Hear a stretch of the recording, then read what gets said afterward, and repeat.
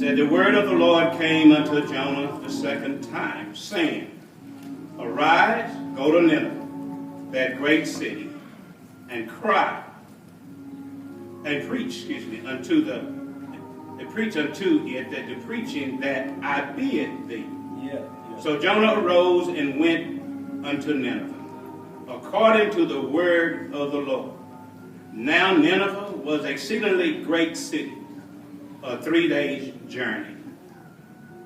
Look at the 4th verse. And Jonah began to enter into the city a day's journey. And he cried and said, Yet 40 days, and Nineveh shall be destroyed. So the people of Nineveh believed God and proclaimed a feast, a fast, and put on sackcloth, from the greatest of them even to the least of them.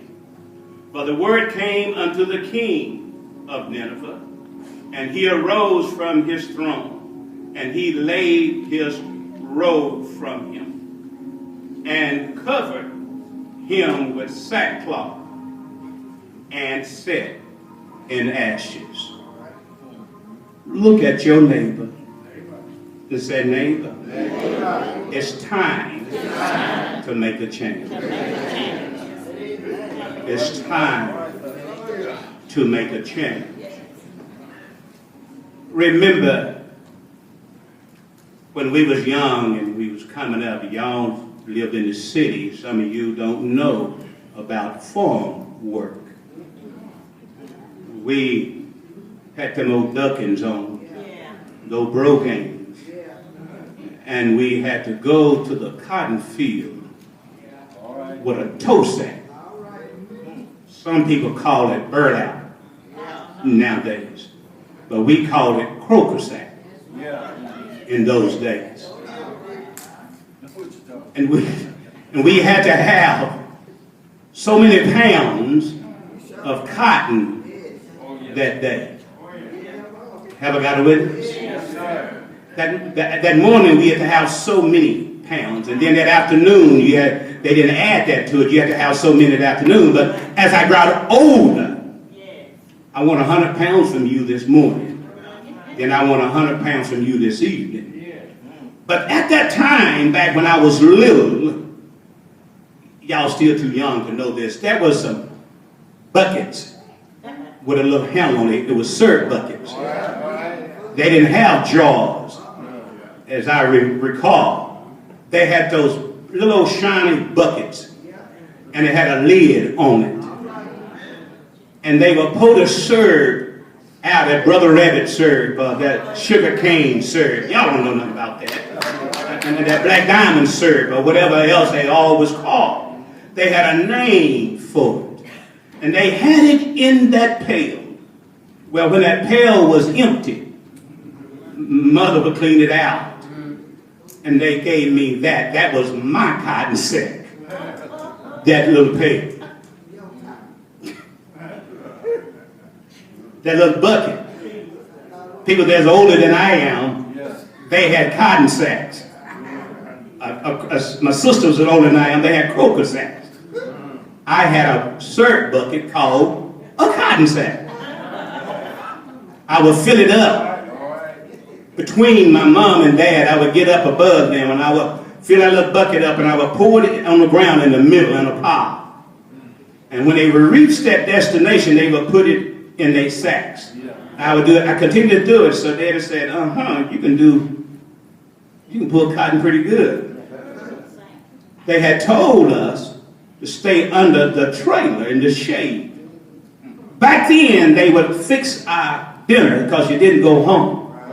Fried the chicken that Saturday at night, They fried that night and they would put it up and wrap it up and put it in those granite dishwashing pans. And then they would take a sheet when we get to the field and tie it up in the tree so the ants. Y'all don't know nothing about that. I could title this, Look Where God Has Brought Us From. But this is something different here. So they hung it in a tree, and they would take newspaper. And the rows were so long, they would fill the jars up with water and put ice in it. Take that croaker sack and tie it around that, cut it off and tie it around there, and they had me to tote it down the rows, cotton rows so far. And you dig a little hole and you set that jug in there and put their dirt back around it underneath the cotton stalks. Thank you, Pastor. He's in there. And that would keep the water cold. The ice wouldn't melt as fast. I should have done this history, black history, shouldn't it? But however, as time, as we go by, time has made a change.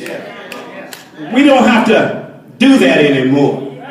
But some of our young people need to get out there and know what life is all. You can't get them to wash dishes. That's long. Word. So, here Jonah had a journey, had a job to do. So by him started out, and that's the way we Christians, some of us Christians do. We start out obeying God because we in need of something. And just as soon as he started blessing us, we start going back. How many of us was at church every Sunday, every time the door was open back then? Except for Tree. How many of us was at church every Sunday because we was in need? The deacons back then wore them, have I got a witness? Them khaki suits. Oh wait, you said khaki suit, it was khaki pants and a shirt to match. Have I got a witness? And in those days when I was coming up, they would sing them song, oh you must. Have I got a witness? So back then, they was real interested and strongly in Jesus Christ. Because he moved them from the cotton field to a home. He moved them from the cardboard fan to the air conditioner. But back then, back up, they had water coolers. You hook your water hose up from the hydrant and attach it to the water fan. And had their water fan attached to the window inside, had chains holding that. And that wind would blow. And that cool water would cool you. But now, the Bible said man would get weaker, but wiser. Now we have the air conditioner. I'm going to show you something here. That water fan didn't kill us. You don't hear nothing about some arthritis and all of this. Now we sleep under air conditioning and our bones hurt. I don't know what he's talking about. I do. My shoulders, my back, my knees hurt, but I'm still under. Have I got a witness? And then Jesus said, come unto me, all you that are labored and heavy laden, and I'll give you rest. We turn our back. He tells us whatever you need, ask it, and I'll give it in my name. We still want, I want a scratch-off ticket. I want a lottery ticket. Put me on a pot. Bring ye all the tithes into the storehouse, that there may be meat in my house, and prove me now with, said the Lord of hosts, that I will open up the window of heaven and pour each of you out a blessing. That you won't have room enough. We just like the people that was in Nineveh here. I told y'all, just go teach this morning. We're like them. They was going about their own way. But Jesus saying now, come unto me, all you that are laboring and heavy laden, and I'll give you rest. Whatever you need, ask it in my name. He says, and I'll give it to you. But that man said you win a lot of money if you just scratch off a ticket. If you go to bingo, you'll be all right. You can win. and you lose more than you get. So here Jonah, he was supposed to have gone to Nineveh. And do the will of God. Have I got a witness? Daddy told me a lot of times when he got through whooping me, he said, a hard head make a soft. Sometimes he said behind, sometimes he put that S in there.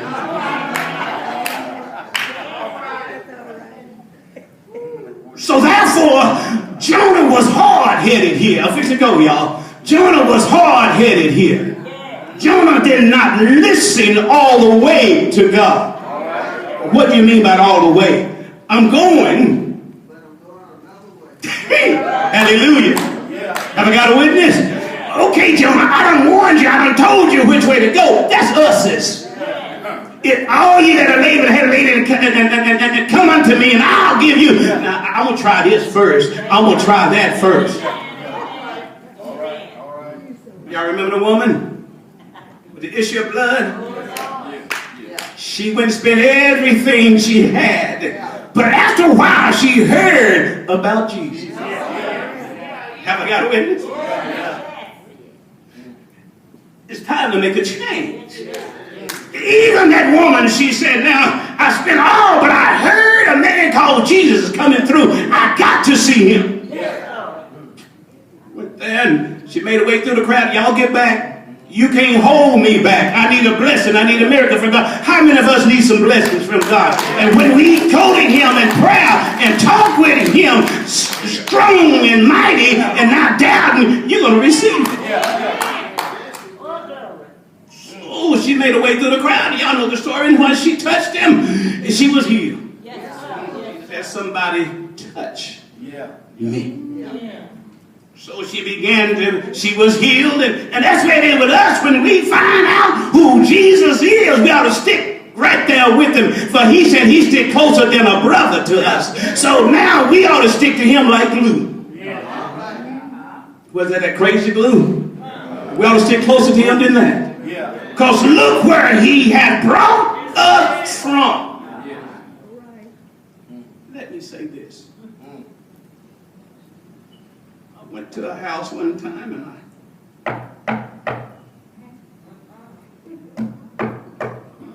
what you want? I said, Daddy said, come to the back door. Go to the back door. Now what you want? Daddy said this. They said, okay, that's fine. We don't use our front door, so you come to the back door. And I was told here in Groesbeck that holding the wall, you weren't allowed to go in the front cafeteria to eat. Is that right? You have to go. Can I still say, look where?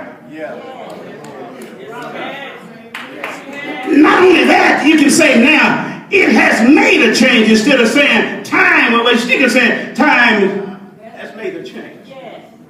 But that's not the point I'm looking at. It's time for us to make a change.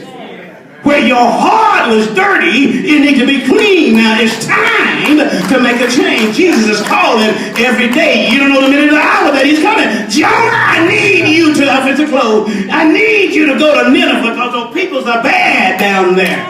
Let me give you a history what commentary told me. It said that when Jonah, the reason why Jonah was afraid to go to Nineveh, it was because how bad they were. They would take the children and skin them alive. Then it said they'd take their heads and cut it off and pile it by the gate entrance. They would take some of the people and dig a hole and put a stick down in the ground, and they sharpened the top of it, and they would throw peoples over on those sticks. That's really called crucifixion. Look it up, it'll tell you. So Jonah did not want to go there because these people was bad, and he thought maybe that he would go there. They would do him the same way. But God is my protection. God watches all over me. Jonah, go and do what I told you. That's what he said. Jonah gets on the boat and paid his way and go another way. That's us today. Love ye one another as I have also loved you. There was a person here, apologized and fine. And then there was things that I was doing here. Hey, I need a ride home. I said, well, let me lock up, cut lights off. I'll get somebody else then. Go ahead. You need to ride. I don't. Soft answer turns away wrath, but grievous word. I didn't hear that. Stirs up anger. Then treat those people like you wanted to be treated. So Jonah did not want to go there, so he took another route. He got on the ship. And as he got on the ship, he went to the bottom of the ship. Watch this. He went to the bottom of the ship and he went to sleep. You can run. God got your number. Have I got a witness? So Jonah thought I could hide from God. So Jonah went to the bottom of the ship and went fast to sleep. Storm came. When the storm came, Jonah was still asleep. Come down there and wake him up. Say, look, wake up. We need your help. Put him up on the deck. Put him up on the deck, and the water kept tossing the ship from side to side. As it tossed from ship to side, the ship from side to side, here we go. Jonah began to realize, I'm in trouble. The Sunday school lesson said turn back. We need to turn back and go to God. So Jonah went on and he told him, he said, now I will have a confession to make. It's mean to cause this storm. All of us have a confession to make. Have I got a witness? God, help me, turn me around. I need you. I've done you wrong. I've talked too much. I've done wrong. I need you, God. I have a confession. I don't want to die and go to hell.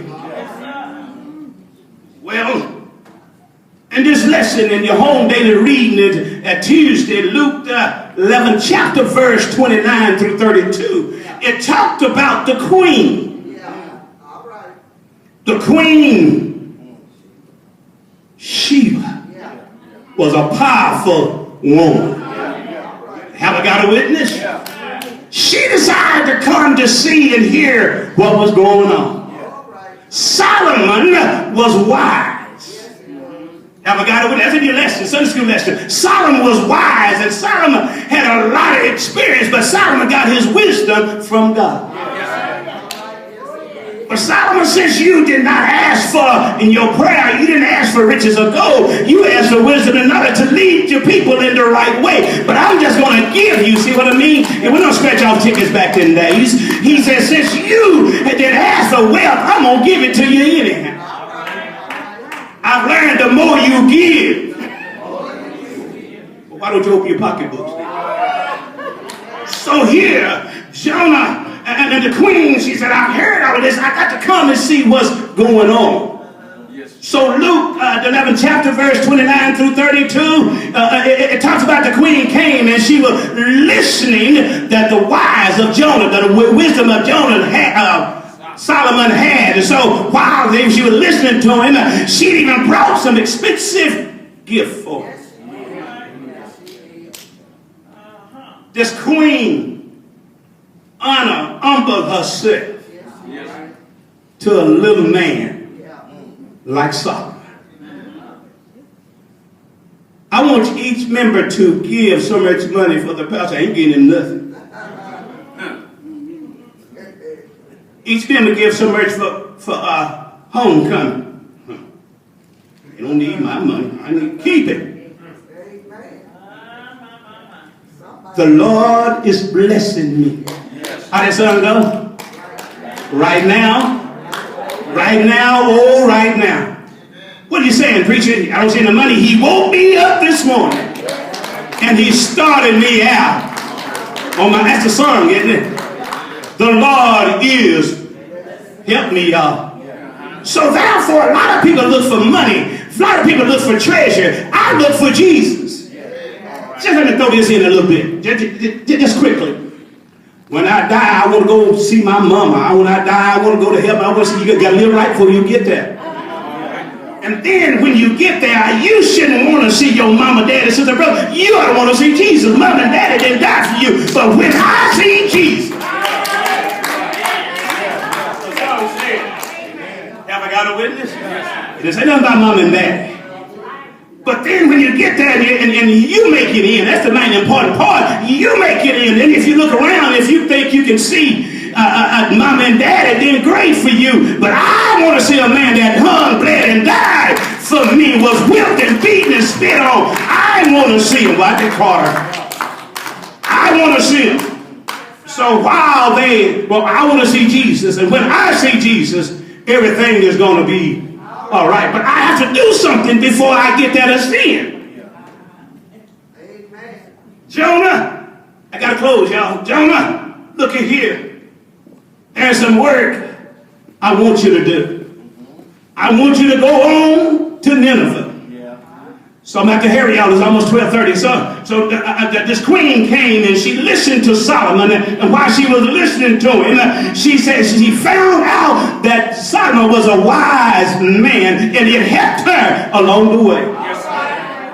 Y'all not hearing what I'm saying.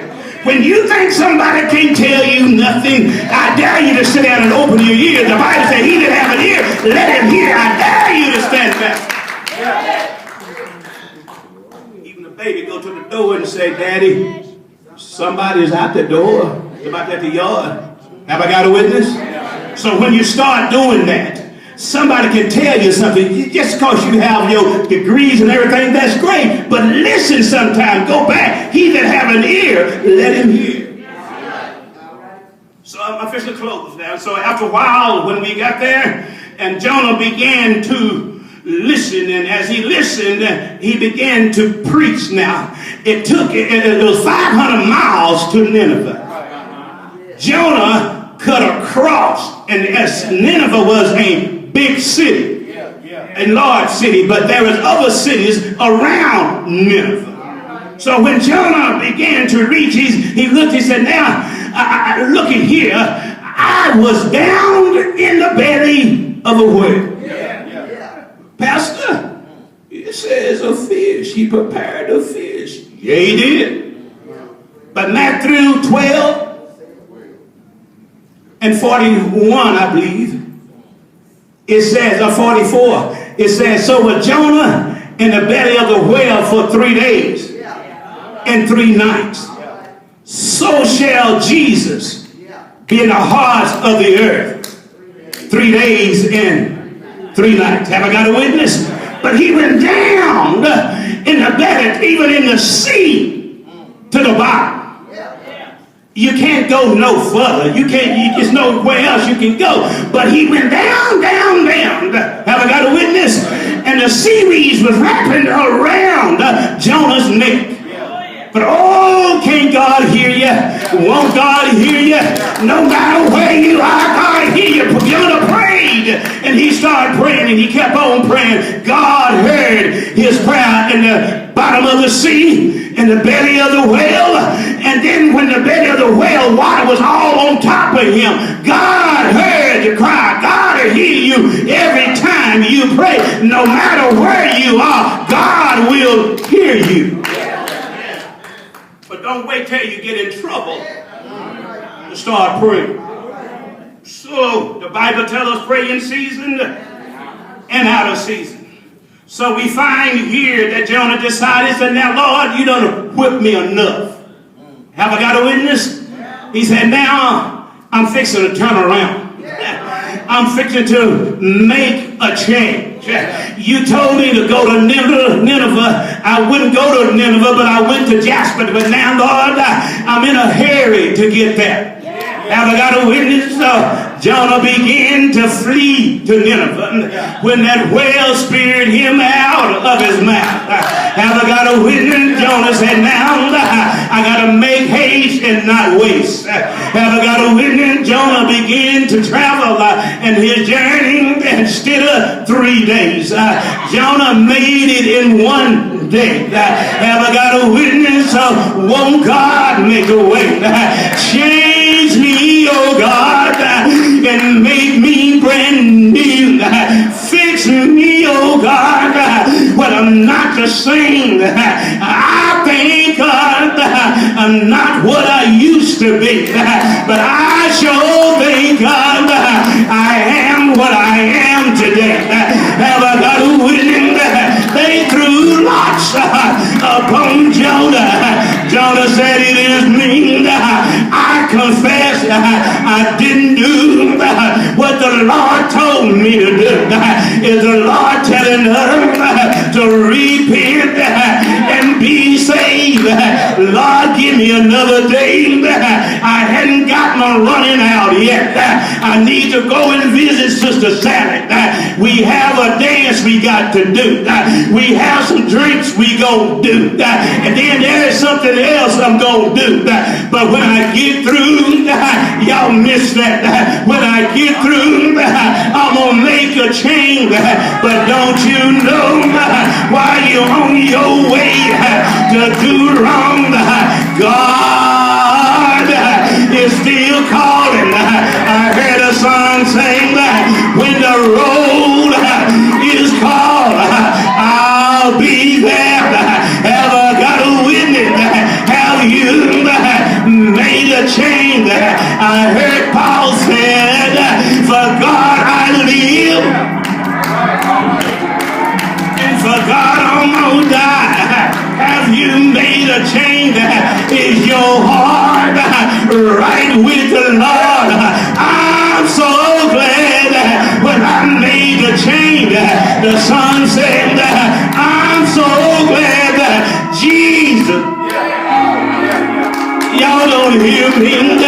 I'm so glad that Jesus lifted me. Have I got a witness? When I was in trouble, he lifted me. Jonah can say that when I was down in the belly of the whale, Jesus lifted me. Have I got a witness? Jonah made it to Nineveh. He began to preach the word. Didn't he do it? The word was so powerful, it made the king change. Have I got a witness? They didn't only speak it, but they showed it. Have I got a witness? They said, look here, I'm going to pull off my robe. I'm going to throw it down. Didn't he do it? He said, I'm going to set him in some ashes. Have I got a witness? But not only that, they said, approve, I've been chained. I'm going to put on some old rugged clothes to let the world know that I've been chained. Action speak loud than word. Even the king put on sackcloth. Have I got a witness? And when he put on the sackcloth, he sat down in the ashes. Have I got a witness? What proof do you have that you've been chained? I don't know about you, but I know I've been chained. The angels in the heaven, he done signed my name. Have I got a witness? I got a new walk. I got a new talk. Preach on. I know that I've been chained. The people of Nineveh, they start changing. Have I got a witness? But when God touch your heart, you can say, Jesus, clean me. But let me pause here. The people of Nineveh, they start changing on the outside, working themselves in. But when Jesus get a hold to you, you're changed from the inside out. That's why he said, blessed are the pure in heart, for they shall see God.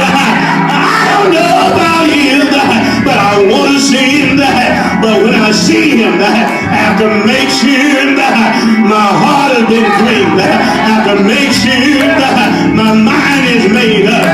In my mind, I heard him say, let this mind be in you. Good God Almighty, which was also in Christ Jesus. Have I got a witness? I got a mind to lift up Jesus. Can you lift him up? Say, yeah, yeah, yeah. I know he's all right. If I be lifted up, he said he'll draw all men unto him.